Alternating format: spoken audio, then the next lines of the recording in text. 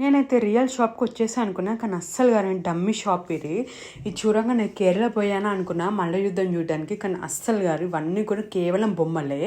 ఇవన్నీ చూడడానికి నేనైతే ఒక ప్లేస్కి వచ్చేసాను అనమాట. ఈ గుర్రం బండి ఎక్కేసి మొత్తం అయితే తిరిగేసా. రంగోలీ గార్డెన్స్ ట్యాగ్ అయితే ఇచ్చేసారనమాట ఎంటర్ కావడానికి. నాకైతే 200 రూపీస్ పడింది. వీకెండ్ టైంలో 200, నార్మల్ టైంలో 100 రూపీస్.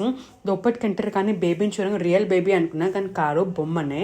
ఇవన్నీ కూడా రియల్ ఆవులు అనుకున్నా, కానీ కారు మొత్తం ఎడ్ల బండి. అలాగే మన చిన్నప్పుడు ఆడిన ఆటలు ఇవన్నీ చూసి నాకైతే చైల్డ్హుడ్ డేస్ అయితే గుర్తుకొచ్చాయి అనమాట. మా అమ్మ వాళ్ళ ఇల్లు అయితే గుర్తుకొచ్చింది. చాలా బాగా అనిపించింది. చాలా యూనిక్ ప్లేస్ అనమాట.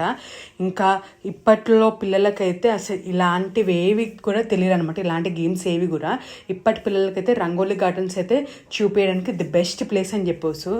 మన విలేజ్ ఎలా ఉంటుంది, అలాగే ప్రతి ఒక్క సాంప్రదాయం అన్నీ కూడా అచ్చుగుద్దినట్టు రియల్ మనుషుల్లాగానే అనిపించే, రియలిస్టిక్గా అనిపించి నాకైతే